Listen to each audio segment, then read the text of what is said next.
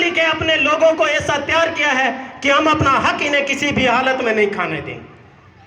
बात जब पशुधन की आती है तो अशोक जी ने एक और मुद्दा उठा रखा है जिसमें गौशाला और पशुधन की बात आती। आज हमारा बछड़े को हम देखते हैं गांव में किस तरीके से वो कचरा खाते हुए दर दर की बोर भटक रहा है।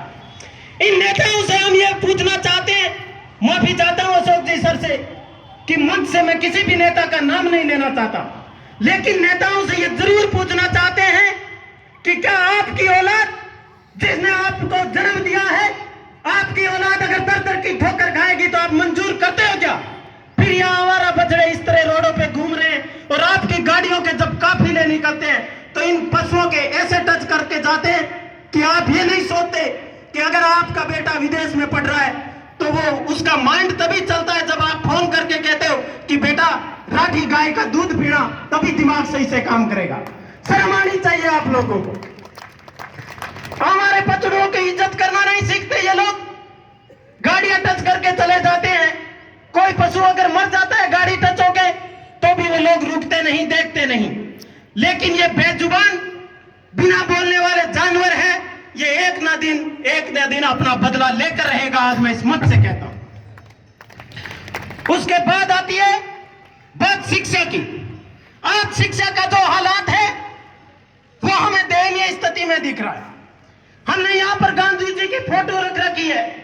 राष्ट्रीय पिता का जो सपना था, सत्यता का जो सपना था, अहिंसा के मार्ग पर चलकर जो देश को देखना चाहते थे, वो राष्ट्र देश देखना चाहते थे, वो सपना शायद आज अधूरा है।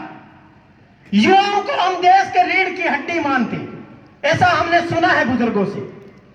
लेकिन एक तरफ तो हम युवाओं को देश के रीढ़ की हड्डी कहते हैं, युवाओं को देश का भविष्य कहते हैं, लेकिन अगर युवाओं को नौकरी नहीं, युवाओं को अपना काम नहीं, युवा दर की ओर भटक रहा है, तो फिर ये कैसा युवाओं का भविष्य है, कैसी युवा कौम है और कैसी युवाओं की जिंदगी है।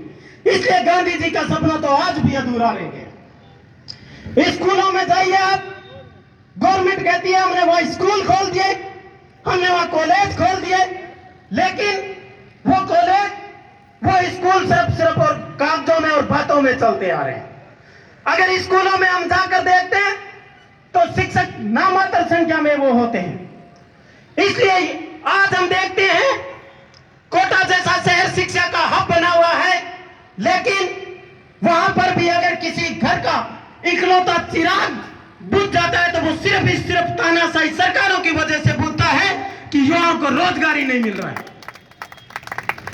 उसके बाद जब पिछली मीटिंग हुई थी उसमें मैंने एक बात आप लोगों से कही थी, तो लोगों ने हमसे जवाब भी पूछा था, वो बात मैं दोहरा देना चाहता। उन लोगों ने हमें कहा कि आप लोग क्यों खराब होते हो, आप पढ़े लिखे लोग हो, आप युवा लोग हो, इन पार्टियों के पास कुछ नहीं रखा।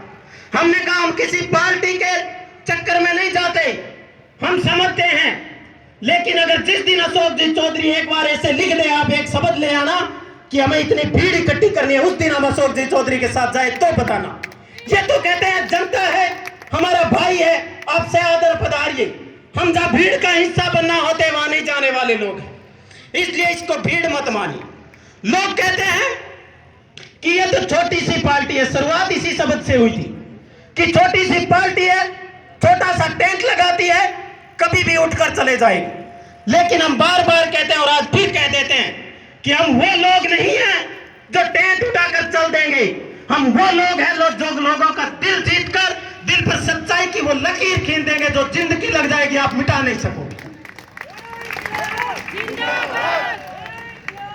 उसके बाद ट्रक ड्राइवरों के सम्मान की बात करें, पुलिस प्रशासन के साथी यहां पर बैठे हैं, उनकी वर्दी की सम्मान की बात करें तो अगर जो राजस्थान में और जो भारत में सरकार चल रही है वो इनको कहीं पर भी सम्मान नहीं दे रही है।